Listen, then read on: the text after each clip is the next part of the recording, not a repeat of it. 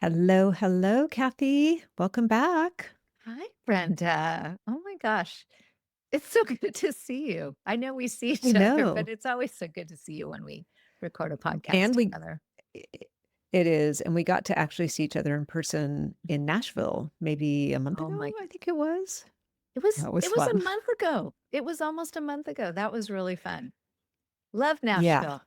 Shout out to all of our Nashville Yes. folks. That is such a cool place. I had never been, never seen the nightlife, although we did spend a lot of time in the We nightlife. didn't see any. What are you talking about? We didn't see any nightlife when Well, we were there. we drove around. We drove around. We just didn't participate. But anyway, that was really, really fun. We got to go with Dina Canizaro, so that was fun and do some Hope Stream things. And we saw some members.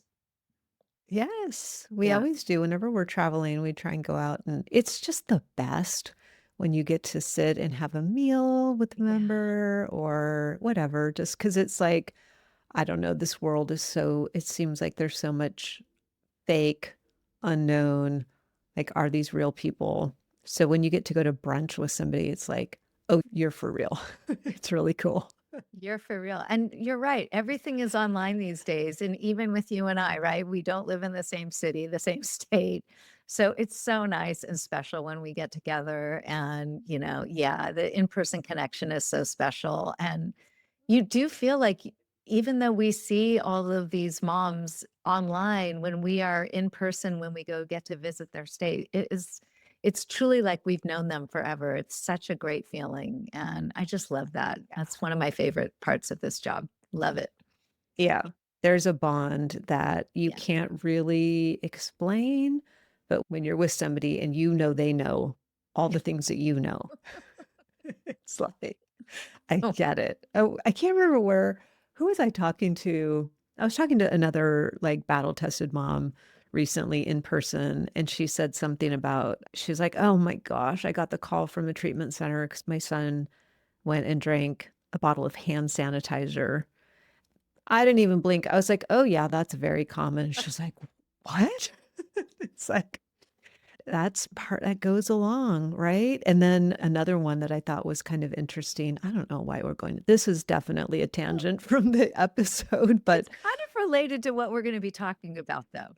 It is it related. is, it Think about is. it, right? Because, yes, I could see somebody Googling this. So this mom in our community found this is the best. She finds this bottle in her son's bathroom under the sink, kind of hidden behind some towels. It's a bottle with urine in it, and he had wrapped hand warmers around Oh the my bottle. gosh. You cannot make this stuff up.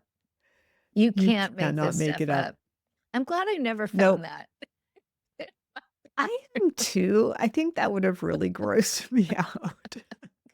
First of Although all, my son did tell like, son did tell me that, oh, for a while he was keeping urine in his shampoo bottle, oh, which I am really glad I never went and had to borrow his shampoo. That would have been a surprise. wow. So, Wow. yeah. And, Cathy and I can laugh at this stuff now because Yeah. we are 9 and 10 years past this. I know that this is not funny for those of you who are in it. However, I think there is a certain amount of appreciation that we have to have for, first of all, our kids' ingenuity. I mean, come on. Oh, Hand they're having it warmers on your urine bottle? Like, that's amazingly brilliant.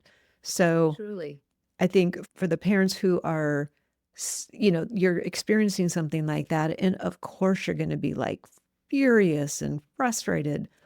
And I think we would encourage you to also put another lens on that and say, when this kind of ingenuity, I don't know what the word is. Ingenuity? I'm not even gonna try to When correct you there. no, okay. I'm not sure Um, either. when this level of creativity There you can go. be applied to a healthy activity, they will change the world. So Yeah. that's all we'll say about that. But Oh, yeah. Oh, yeah. It's so true. I used to say all the time that our daughter would make an incredible lawyer because she was able to argue herself out. She would come up with these brilliant arguments whenever we had a contract, back before treatment and everything, we'd make these contracts. And that girl was truly, she is brilliant. And so now we get to enjoy the brilliance, not related to substances, but it is really true. So, yes, if anything, if you can find the positive, because I know we talk about finding the positives in your kid, just Yeah. know that that really is a superpower for them, even though they might not be using it in the way that you want them using it. It is truly, they're really brilliant and they're great. And, let's just get them on the other side of the substances and everything else so that you can see them shine in that great way. Yes.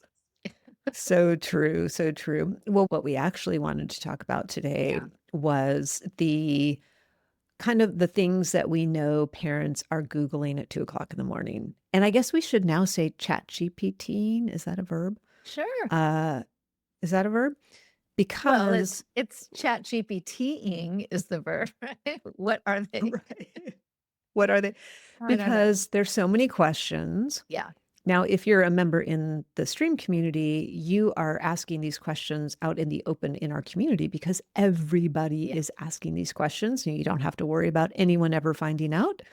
However, if you're not there yet, then these are things that you might be questioning about, wondering about.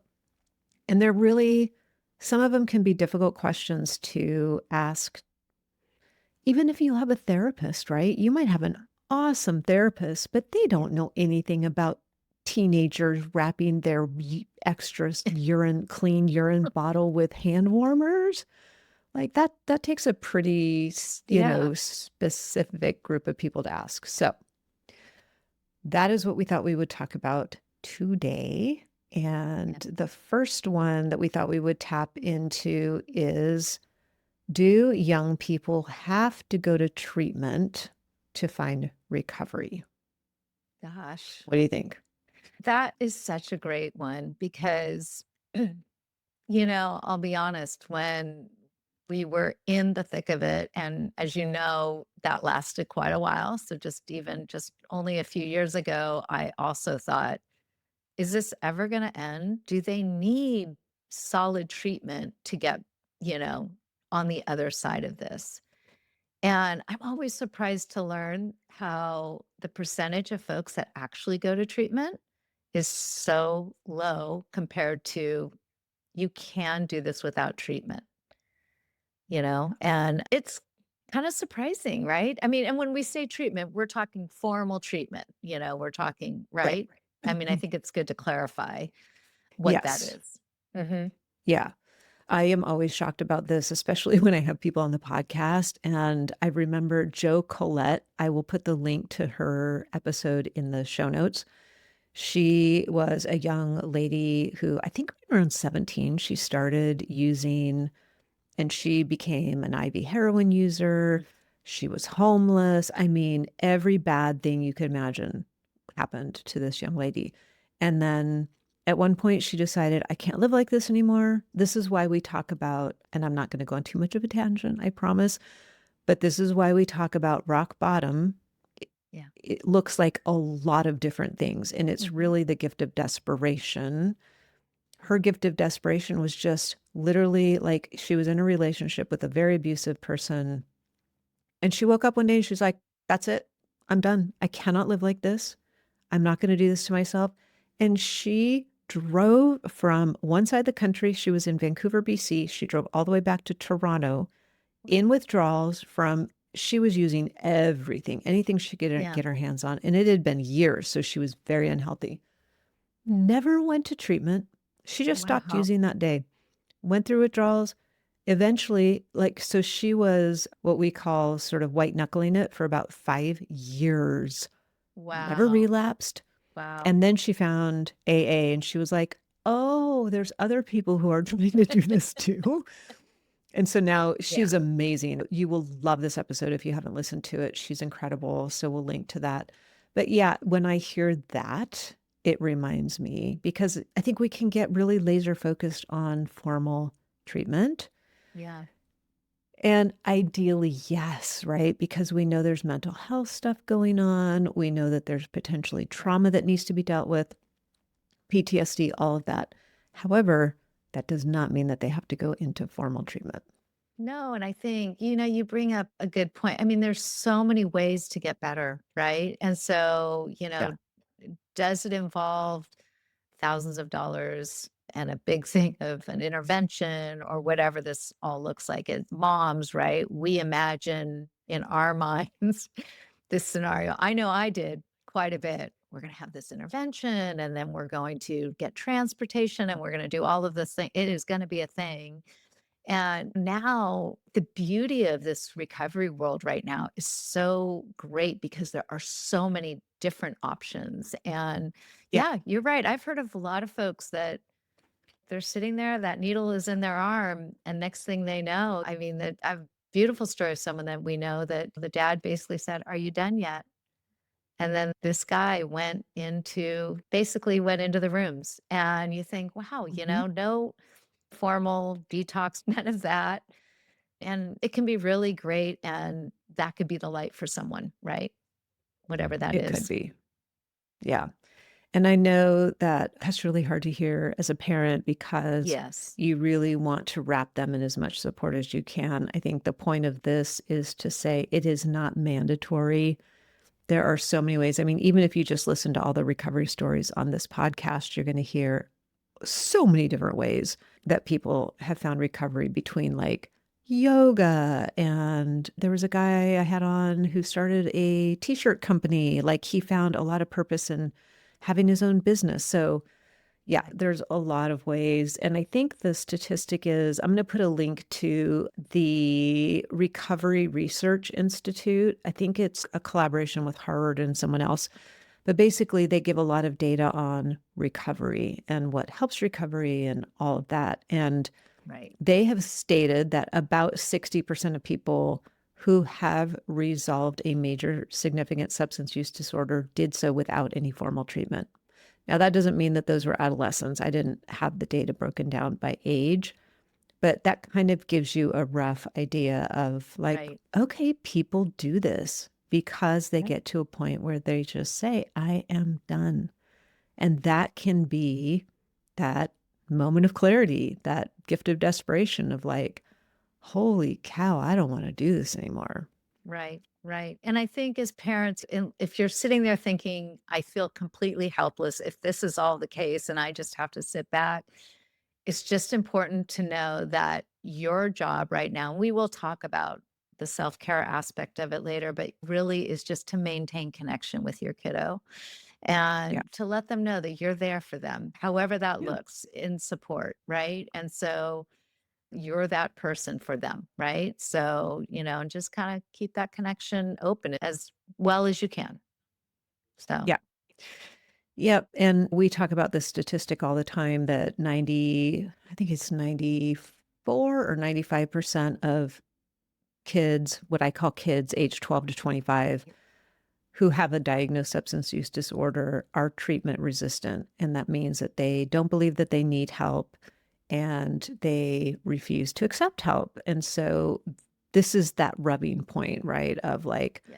oh my gosh, it's so obvious that they need help. They are like medically, they meet the criteria for needing help and they won't get it, which is why having at this intervention of craft and the invitation to change that you can use at home is so important because if they're Hmm. refusing to get help, you've got to do something at home. Or maybe they don't even live with you. And we're going to talk about that as well. Yeah. So there are ways that you can build that connection that you were just talking about. So Yeah. Love that. I guess it's like good news, bad news, right? It's good news if But maybe you're at the tail end of this, if you maybe you've been watching this for years, maybe the exhaustion will hit sooner than later for your kid. So let's hope that's the case. But yeah, yeah, no, it's it's hard. very It's true. hard and we understand. We understand. Yeah. And I think there is a general kind of belief by parents that I have to get my kid into treatment Yeah. and just know that, yes, that would be ideal. And if they don't get into treatment, there are definitely other ways that they can find recovery. So, okay. The next thing that we I don't know exactly what the Google search would be for this one, but I imagine it's something like, "My kid has been sober for 3 months and they still don't have a job," you know? Yeah. Or, "They're still not re-enrolled in school," or, "It's been 6 months and my daughter who quit drinking 6 months ago is still a wreck." And Yeah. so I don't know what that full Google search is, but basically it's like, what is going on? They're sober. Like, I thought that was gonna Yeah. fix everything. Right? There is a Yeah. name for this. There is a name for this, and it's called PAWS. And gosh, I didn't know what this was way I back didn't either. I when. had no idea. Right? Right? Post-acute withdrawal syndrome. And it is really true. I'll be honest, I didn't really see this in the beginning of our journey here, but I know my daughter reported it to me. She's like, "Oh, mom, I'm really dealing with some bad pause," you know? And I Mm, remember thinking like, "What the heck is that?" what You is she know? talking about? What is she talking about? But yeah, it's a thing. It's a thing. It's It's a a lot of thing. anxiety. What is this? I mean, let's tell everyone what this is, you know? Yeah, I think it breaks down into a lot of physical symptoms for them Mhm. Mhm. and a lot of behavioral symptoms that look a lot like using behavior. So Yeah. it is extremely confusing because we have this misperception that once we get the drugs out of their system, that things are just going to go back to normal. And Right. that is so not true. And, I've read a lot on PAWS, PAWS is the acronym, not PAUSE, because we also talk about the pause button, different Right. pause. It can look a lot like using behavior, and so it's confusing for parents because it's like, okay, they're testing negative, right? Let's just make a Yeah. scenario like, Yeah. kid did go to treatment, came home, they're doing drug tests are negative, but there's a big lack of motivation, Right. no, like, can't get it together to apply for a job, still very irritable, not able, like brain fog, can't focus, like Yeah. all of these things that look a lot like, are they using again? And frustrating for the parents because you're like, dude, what is wrong with you? Right? Like, and so Seriously. it can be 6 months, it can be a year. And it's so important to understand because first of all, it can throw a parent right into that, like, fear. Everything comes from a place of fear, which makes a lot of sense. But also, it's important, and I'm so glad to hear that your daughter knew what this was, because if Mhm. they don't know what it is, it can be a reason why they relapse because they're like Yeah. having so much anxiety and they really are trying to stay sober, but there's all of these symptoms because when you think about what these chemicals do in their body, Mhm. just because they are no longer putting that chemical in their Yeah. body doesn't mean that, like, boom, it all just goes back to normal. So there's this delayed reaction, and it's so, so important to understand. And like you, I had never heard of this. I mean, we had a Yeah. little bit of a weird situation too, because my son never, like, was sober long enough, I think, to even have pause until his last overdose. And then Right. he had been through a heart attack and a stroke and like all, I think that was a whole different situation. Yeah. But I had never heard of it. And when we teach this in our craft classes each week, we don't teach this each week, but when we cover this, parents are always stunned. They're like, "What? I Yeah. didn't know this." Yeah, it's so helpful to really know because one thing I often say is early recovery can be really tough for families, right? And this is part of it, right? Pause is part of it. And when I say early recovery, I'm not talking about month 1 to month 5. I mean, this could go on for a year. And there's so much going on. And pause really is a reflection of a body that is actively trying to heal. And so, like you mentioned, right, these chemicals, these substances are they're not easy on the body. They're especially tough on the brain. And when our brain is trying to heal, And there's a lot that goes on. My kids struggled with a lot of concussions because they played sports, and my son was in a car accident, and that was a damaged brain too. So just take all this into consideration. I know it's terrible to feel like you're walking on eggshells around your kiddo when they are sober and you're thinking that it's going to be better. But if you can kind of name what this is, and maybe your child doesn't even know, if they don't know, it's bring this up with them. And it just takes time. But there are things you can do to help your brain heal faster too. Yeah. Yeah, I think knowing about it is the most Yeah. helpful, and then also, if you are seeing your young person in early recovery Hmm. who is having sleep problems, I mean, think about it, if they've been using THC to fall asleep for the last 5 years Yes. and now they don't have that, that's hard. That's gonna be a Yeah. whole change to their system. Like you said, head trauma, Yep. because a lot of times our kids are in accidents or they get beat up Mhm. or whatever is Mhm. going on.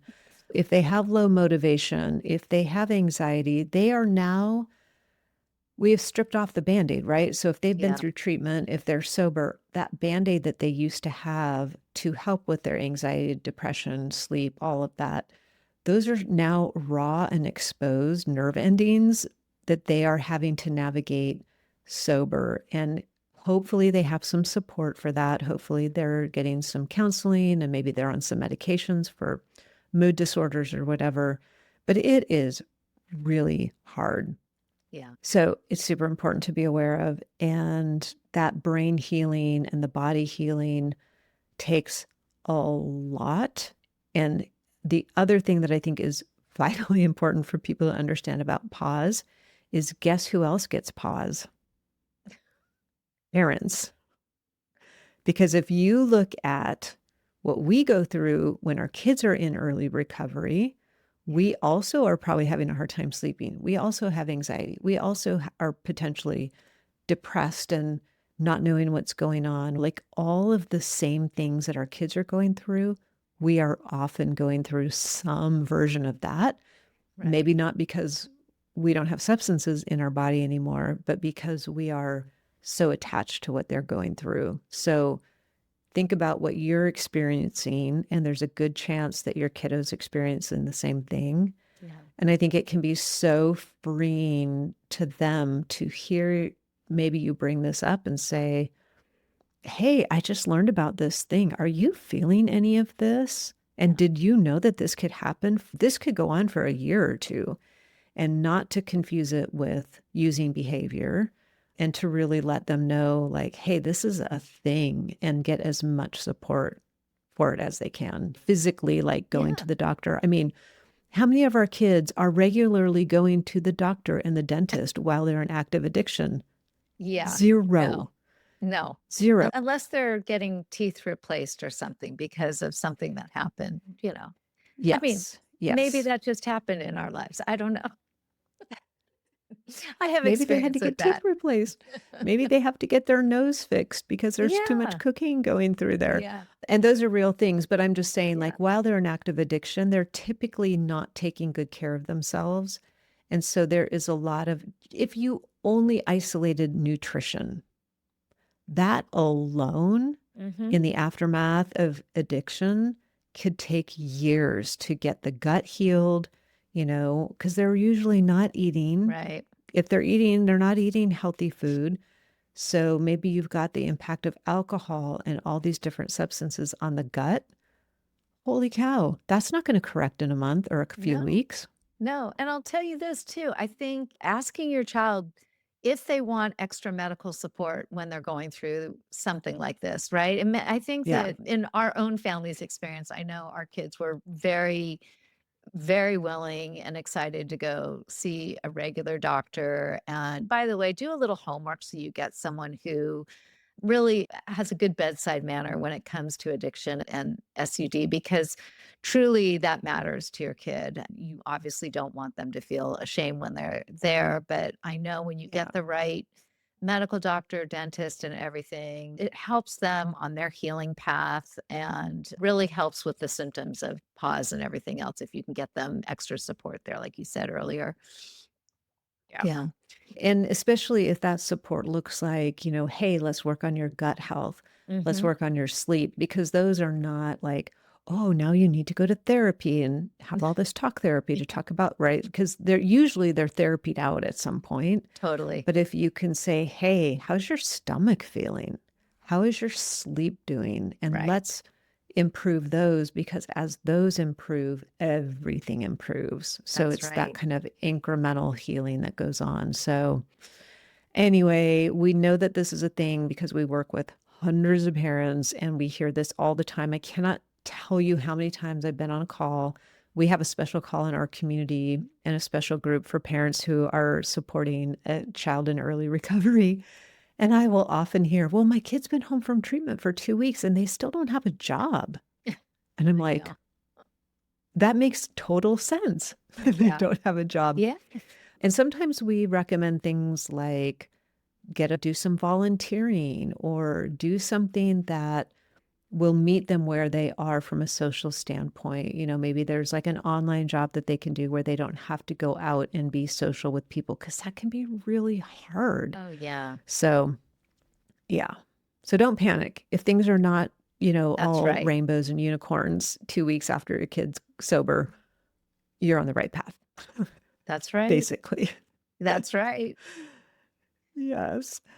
Okay, so let's see, what would you say the Google term would be for this next one that we're going to talk about? What would you Google, Kathy? Oh, boy. I gotta say, I'll tell you right now that the word self-care would not be in my Google search. No. It would be all about that I don't even know what it would be because literally the fingers would be pointing out everywhere but towards me. It would probably include the words exhaustion, barely able to move. I love what you say, barely functioning, because that's truly what it feels like. Uh-huh. I'll never ever forget when I was going through it. I would take my daughter to a practice and I would drive my car to some quiet neighborhood and I would sleep for 2 hours. Like, literally, I was so exhausted. My nutrition habits were terrible. I think the best thing I did was try to walk every morning, and even at that, I wasn't the best at it, but what would you say? Similar? Well, yeah, I also had never really heard about self-care. I Yeah, think I probably was Googling. I had so many physical symptoms from weight loss. Like, I literally could not eat. I couldn't walk around the block. I had this sharp shooting pains on the insides of my legs, like from my hips all the way down to my yeah, ankles. So I was experiencing a lot of that. So I was Googling a lot of physical symptoms, okay. obviously not sleeping, headaches, all those things. And so if that sounds familiar, and you're wondering why you're like catching a cold all the time and it takes a really long time to get rid of it. If you're wondering, why have I gained 40 pounds in the last 3 months while my child's been struggling? Or why have I lost 40 pounds? Or all of those things, I think, are the things that are surrounding this lack of taking care of ourselves. And we get it. It seems counterintuitive. I need to solve this crisis before I start taking care of myself. However, as we have said a couple of times on this podcast, your health and wellness are a critical part of your child's path to recovery. When you think about what happens when the day comes when they say, Mom, you know what? I do need some help. Yeah, I would be willing to see a therapist. And when you are not available because you are too sick or too frazzled or whatever you are, that's not where we want you to be. We want you to be at the ready, healthy. You've had breakfast, you've had water, you've walked around the block with Cathy, all the so that things. all the things, so that when that moment comes, you can step in grounded, not freaking out with a plan. And that's a different podcast, the one about the invitation to treatment. That's where you need to be. And so it's a little bit of shoring up your resources before you need them. I mean, clearly you need your health right now. But if you're having a hard time thinking about taking care of yourself, think about it as I am protecting the most valuable asset in my child's life. I talked about this not long ago on a podcast. And I'm shoring up these resources before my kid needs them from me, right? I That's love how I think about it, at least. Yeah, no, it's absolutely true, and I think it's really easy to kinda get down on yourself because you think, "Oh my gosh," and we often tell our moms all the time, "Start so small," and by the way, just like we tell our kids we recognize the positive things they're doing, recognize that in your own life too, did you get up and you stood outside for a while and just kind of got to appreciate nature for a little bit? I mean, you may think that's really not a lot, but it's these tiny little steps that create these habits so that you can get stronger and do this in a more consistent way. And I will say I have personal experience with really working on that part of myself because when we had a crisis a few years ago, I was so happy to see that I rebounded so much better. And it's because I did take the time to take care of myself. And I love what you said is that you're really taking care of this person that's going to be the go-to person, right? And I love the way you Mm, framed that, Brenda. That's just so true. If you knew that, think of your own parents and you're the person that's going to take care of them or whatever it is, yeah, your child is going to look up to you, hopefully that one day, and you are going to be ready to go. And so if yeah. that's what's gonna keep you motivating, dedicate that walk to your child or, I always loved doing that. I used to do that often when I was on my self-care journey in the beginning. And I remember I would go to Orange Theory, and one of my friends was a coach there, and she would say, "Who are you dedicating this workout to?" And I That's love so that. cool. It's so cool, and so, it's just kind of this little tiny thing you can do, and I would dedicate my workouts every single day to my kids because I Yeah. thought, "I'm gonna be strong for you. I'm gonna do this for you." It helped. It helped with a really tough workout. Yeah. And then you might get to a point where you show up one day and you're like, you know what? I'm Yep, dedicating this workout to me, just to absolutely, me, because I deserve absolutely. it. I had I was either listening to a podcast or it was a guest. I can't remember. It all blurs together. But they said something that was so impactful to me, which was he was in long-term recovery. And he said, when I look back to when I was younger, I think if my dad had taken better care of himself, he would have been the dad I needed at that time. Wow, that's And it impactful. hit, yeah, it hit me hard because I was like, I don't want my kids looking back at their teen years or whatever and saying, wow, yeah, my mom was a mess. Like, I wish my mom would have been healthier. I wish she would have taken time for herself because she would have been a better mom to me. She would have been the mom I needed her to be. Yeah, It's like ouch. that. Yes. So there are a lot of different ways to think about it, but hopefully Mhm. we've given you some ways to sort of reframe what our culture and society tells us is like not the thing to do. Like, go do all the other things before taking care of you. And we know that, like, if you're in the thick of it right now, it's probably more self-preservation than it is self-care. Like, Yeah. self-care is what Kathy and I get to do now because we are Yes, not in a yes, crisis. yes. We are maintaining ourselves, loving ourselves, gifting ourselves beautiful experiences because we want to be super healthy and whole and really helpful to our kids. If you're in the thick of it with your child, you are hanging on for dear life. And we want to just acknowledge that, Mhm. like by the hair of your chinny chin chin, right? You're hanging on, like, I don't know if I can make it to tomorrow. And that's why we say start small with a Yeah. walk, with water, with real food, with a 5-minute meditation as you're going to sleep, whatever it is. your kiddo needs you to do that for Yeah. them. So Yeah. Yeah. here's your permission to do that for them. Love that. Love it. Yep. Ugh. Whew. It's a lot already, Woo! and we still have a couple more. This one, we see this all the time because we recently did some analytics in our community. As you all know, I love data. I think it just comes from the marketer in me. And what we found out is that our Warrior Moms group, which is our group for adult children, Yeah. usually 20 and up, is the most active group in our community. And this means that, so these Warrior Moms have kids who are in active addiction, in treatment, and in early recovery.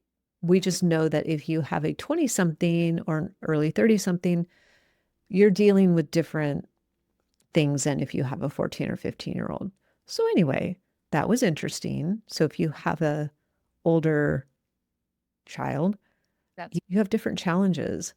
And so one of the things that we were thinking that we know people are Googling is like, how do I help my young adult child who probably doesn't live with you and may not really be in much contact with you?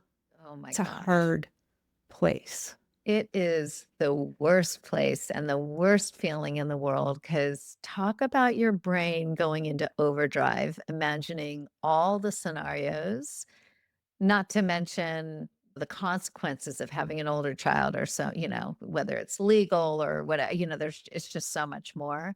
And when they are barely in contact with you, you feel, because I know what this is like, that one time that they reach out, you feel like, I got to spill everything. I got to say everything that I need to say because I might not get an opportunity to do it down the line. Does that sound kind of familiar to you? 100%. It Yeah. really does. I think it's that combination of the worry because I don't know. I don't know which is worse when you're seeing the chaos and the Yeah. self-destruction in your home or when you're just imagining the chaos and the destruction that's happening outside of your home. I do hear, I would say, from our warrior moms that when their young person is not in the house, it does get a little bit easier. It does mean that you have to do more self-preservation Right. practices. However, not seeing the day-to-day, because what we tend to do is when we're seeing it, we try to intervene, we try to fix, we try to Yeah. correct. And so it's a blessing and a curse to not be interacting. And at the same time, you're not interacting. So there's some benefit in that. Yeah. So I think this is a mentally excruciating situation. It is. It is. And why we call these moms warriors because it is an added layer. And it's really all the things that we talk about, the skills, the self-preservation, everything is, you're kind of doing this hoping that you're going to have an opportunity to use it, with your kids. And Yeah. anyway, so I think that what we feel instinctually to do too usually goes against what we should do, right? I mean, Yep. I know it's so instinctual to when they reach out that you're going to say, let's go to treatment, let's do all of this. And really, what you're trying to do instead is you just need to pull back and just be there, keeping it neutral so that, they're not feeling every time that they reach out, they're going to get a lecture or this incredible pressure to stop the lifestyle that they're living and that is working for them, as we know, in whatever way that is. It's Yeah. so hard.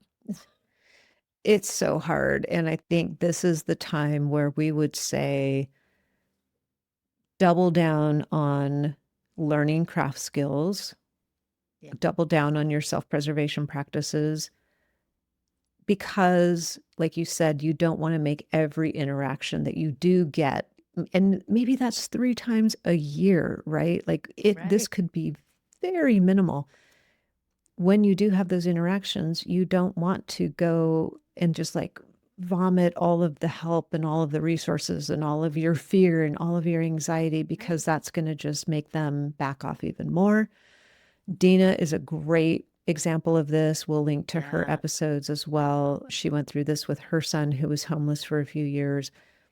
And being able to get yourself to a place where you can be grounded and centered enough that when they do reach out, or if you reach out, you can just say, I love you. I'm thinking about you. Yeah. And make it known in whatever way is appropriate that you are there to support them if they do want to get help, but don't make that offer every single time, right? Otherwise, Yeah. they're just going to feel pressured. So And it's rough though. newsflash, they usually know that, right? Most often know how much you love them. They most often know that you're willing to provide support, whatever that is. You know what I always thought was the best thing to send my kids when they were really struggling were pictures of our dog. I Mm. mean, something that they could, they just love that, right? Because it was just really your dog is kind of a neutral animal in your home and everyone loves the dog or your pet, Yeah. whatever that is. And so just really be mindful and think about what is it? How can I connect with my kid? Maybe they really like sports. Maybe think of the topics that they really enjoy. And because if you really feel that you need to do something, think of what your kid maybe wants to hear that doesn't involve treatment, substances, or the guilt of, I love you so much. And why are you doing this? Right? Because they Yeah. know that. They know how Yeah. much you love them. So, anyway. Yeah. And one of the other craft procedures that works really well in this situation is positive reinforcement. Hmm. So maybe you don't hear from them a lot, but you know that they are working or Yeah. that they have a decent relationship. You can reinforce those to say, it's really admirable that you show up for work every day, or I'm Yeah. so glad you have a supportive girlfriend or boyfriend or whoever it is. So those are the little things that go a long way to keeping, you and I talked a lot about keeping that bridge constructed. Right. I always like to think in sort of those kind of metaphors where you're just keeping the bridge connected there. And at some point, they will likely want to walk over it toward you. So don't tear the bridge down and create this huge like crevice where there is no connection, where they Mm. don't feel like they can reach out to you and get some support quickly. So just the positive reinforcement, taking care of yourself, those are and allowing natural consequences, Oh, which yuck. is I hate that. It has I to know. happen. Those are, sometimes people will be like, "Well, can I use craft when I don't have my kid, like, living with me?" Of course, it's easier if Yeah. they live with you or if they live near you, but if they don't, these things still apply. Because how Yeah. many times did I get the call, after months of not talking, and all of a sudden my son's in jail and wants bail? That's a situation where your instinct is like, "Oh my gosh, they're finally reaching out," Right. right? Like, and I would be robbing him of the natural consequences if I did that. So craft still works if your kid's not living with you. You just have to tweak it a little bit and maybe think about it in some different ways. Right. Right. Love that. Love the not Yeah. rescuing and jumping in right away.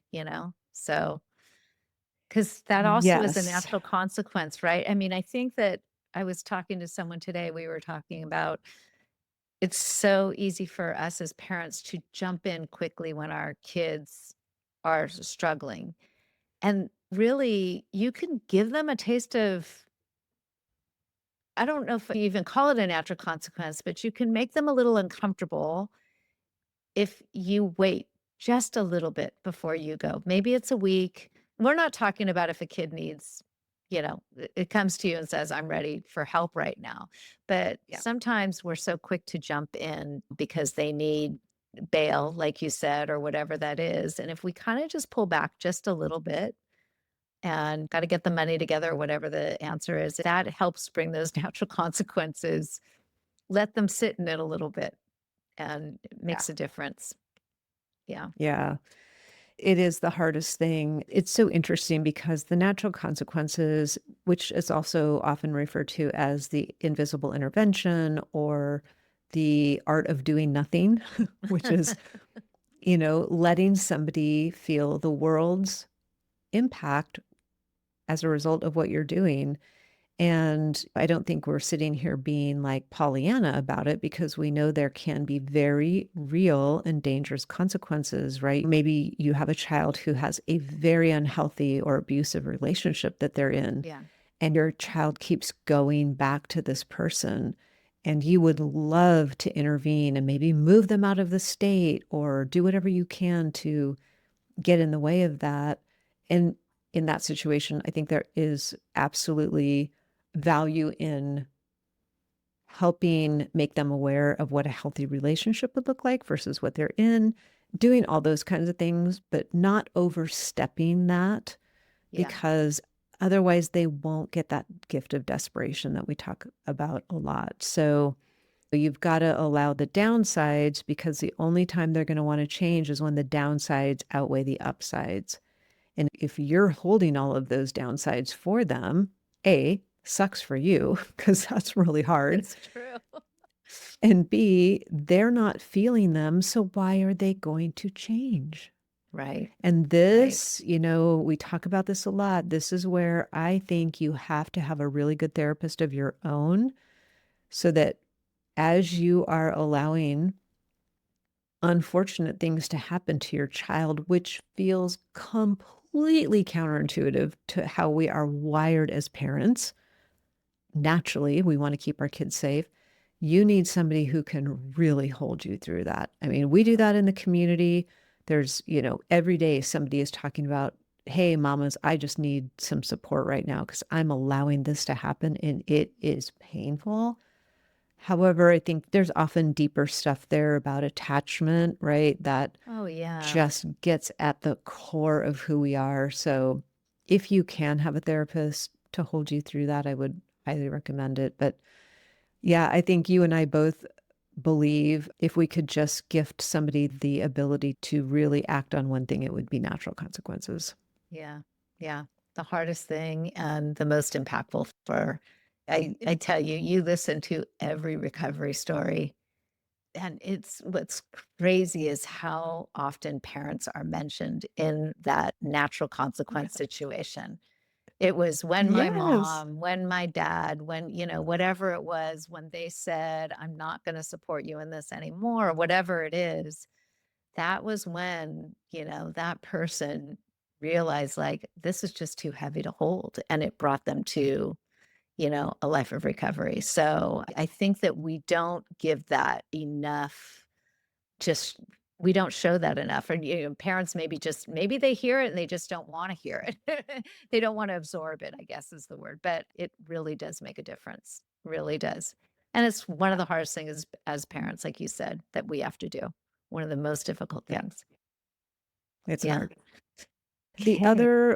The other thing that we wanted to talk about, which is also difficult, is to reward non-using behavior. This is a craft approach that I think people have questions about. Now, I don't know that this is something that they're Googling, but I wanted to just bring it up because it can be hard when your child is actively using and they have periods where they're not using Right. and you feel like, well, wait, if I am nice to them and I quote unquote reward them when they're not using, that doesn't make sense, right? Like I need to be mean to them. I need to be harsh and confrontational with them so that they stop using. And we hear this enough that we just wanted to just tap on this for a second because this is a big missed opportunity. This is a Mhm. hugely crafty maneuver, Mhm. strategic maneuver. And what you're trying to do is when they are not using, life should feel more connected to you, more rewarding, less friction, less fighting, less tension, all of those things. And when we say reward, that does not have to mean a monetary or Right. physical reward, right? Because when you lean in and you connect with eye contact, with a hug, Yeah. with a walk with the dog, with making dinner together, all of those things are rewards for non using behavior. You're in that relationship, right? When they are not Yeah. using. And I think one of the more confusing craft procedures because it sounds weird. right? Yeah, well, it sounds really weird. And I think that you also get parents that say, well, I don't even know when they're not using, right? So Yeah. you can gauge that too, by the way. I mean, maybe if they're living with you and look, they just woke up and that's your opportunity to have a cup of coffee with your kid, or maybe they're not using the stronger stuff, the stronger substances, right? Find those opportunities to have that connection time because it is really so, so meaningful. And oh my gosh, it just feels good as a parent too to connect on that level when you know they're a little more clear minded than not. So anyway, and it just makes I love this one because, and it's tough. It's a tough one, right? Because like you said, are you rewarding just them continuing to use? But that's not it. It's just really finding that opportunity for connection is really what you're doing. You're finding the opportunity for connection. Yeah. And on the flip side of that is another procedure, which is you're not rewarding using behavior. Yeah. So if they Yeah. are using, that is not the time when you're leaning in with, hey, can I make you a meal? Hey, if they need a ride somewhere, you're not available for that. Yeah.